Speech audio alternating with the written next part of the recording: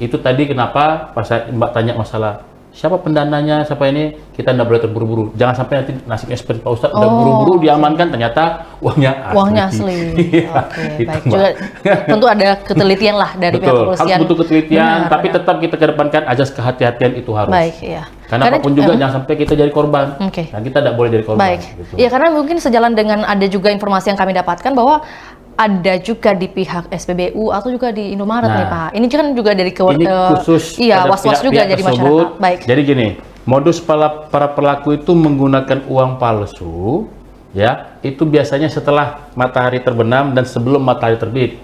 Oh. Saya ulangi, Oke. setelah matahari terbenam dan Baik. sebelum matahari terbit.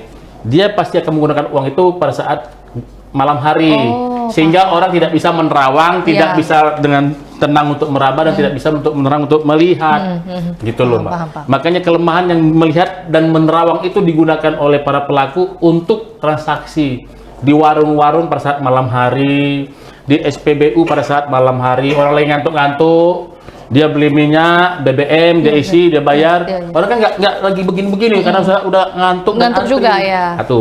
Yang kedua, dia akan lihat toko atau swalayan atau tempat pembelanjaan rame, sehingga orang udah nggak sempat lagi untuk karena ramenya antrian untuk membayar, dia nggak sempat lagi di para kasir tersebut untuk melihat menerawang, nggak sempat lagi.